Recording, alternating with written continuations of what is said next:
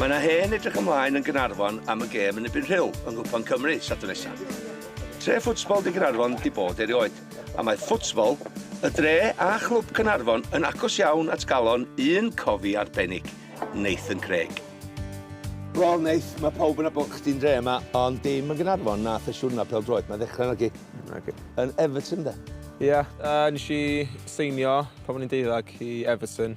Ac yr wythnos wedyn, nath nhw ddeud, we're flying out to Boston, Massachusetts in America next week with the under-12s. We've got a tournament out in America, so we're going to invite you along. So, peth gyntaf ni gorau wneud oedd...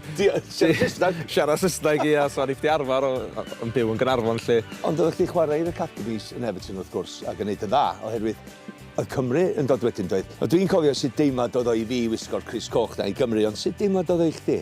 Ond na ddim gwell teimlad cerdded allan, gwisgo'r crys a cael canu'r national anthem, lle. Ac o'r tîm dan ni'n arhigau na, mae llawer y chwaraewyr na, di mynd yn ei blaen, does, di wneud yn dda iawn.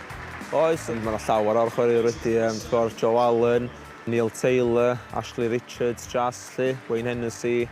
Sut deimlad oedd hynna, chdi di chwarae fo'r holl chwaraewyr yna yn y tîm dan ni'n arhigau, a wedi chdi'n gwylio nhw i gyd yn Ffrainc Crad Fytha? Oedd dim bach yn rhyfedd. Dych go, yr hogiaeth a Ashley Richards, Jas, dwi wedi rhannu rwm yn hotel efo fo pan o'n i'n mynd i ffwr i gledydd fatha Twrci o chwarae tournament o balli. Felly oedd o'n bach yn rhyfedd, ond hefyd o'n i'n bach yn gytid. Achos hynna di'r chwaraewr dwi wedi tyfu fyny o oedran under 17s drwadd i'r under 21s ac ond y peth hefyd, da gweld nhw yn llwyddiannu. Efo torri drwodd i Gymru rwan ac yn gwneud yn dda, wrth gwrs, oeddech chdi'n gobeithio adeg yna, dwi'n siŵr bod chdi'n mynd i dorri drwodd i tîm Everton. Oedd o'n edrych bod chdi am, ond beth yn wrong? Wel, do, ni'n mynd teimlo reit confidence oeddwn ni pan eisiau troi yn 18, oedd Everton seinio Billy Letinoff, dwi'n cofio faint o 20+ million, ac do fo, mae'n gael lle yn y tîm gyntaf. Felly ni chwarae bob wythnos i reserves, ac oedd o'n eistedd ar y bench i first team, so ni'n gwybod, mae yna pecking oedd yn bob tîm ffwtsbol, lle, a wedyn oedd o'n siom, o'n i'n deud gyda, so neb yn licio gael ei gwrthod yn fyd, gael ei releisio ffwtsbol. Dwi'n cofio'r dydd fath o'n ddoe, o'n i'n gadael y training, ond bach o sioc gyda'r car, a wedyn, o'n i'n meddwl yn un o dyn, ti'n gwybod beth, dwi wedi trio gorau fi, dwi wedi gwneud bob dim yn y gallu. Wel, erbyn hyn wrth gwrs, chdi ydi Mr Caernarfon i ddweud gwir, de, ac ti o gwmpas yr ysgolion yma i gyd wrth dyfod. A ti'n cael gweld y talent bach ifanc fa yn dod?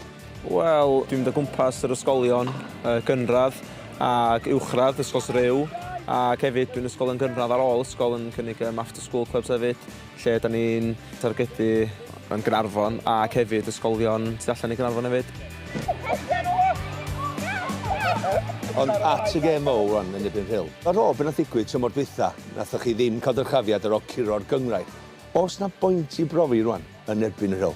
Underdogs da ni. Da ni'n lig o dan, felly da ni'n mynd i chwarae'r gêm, dim pressure, da ni'n mynd i mwynhau y gêm. Mae'r gêm yn fyw ar teli, felly tro dwytha nath ni chwarae'n fyw ar teli oedd y gêm TNS, felly os fydden ni rhyw fath o perfformiad, oedden ni yn yr gêm munud, hanner awr gynta, a wedyn cario ymlaen illa yn gêm Rhyl ac efo'r tort yn ôl ni, dwi'n meddwl gan ni ddigon i curo'r gêm. Wel, dwi'n gwybod amdano chdi, met, ond dwi'n edrych ymlaen i dydd Sadwrn, de. Diolch am y banad, a bob lwc i chdi. Gret, diolch Max.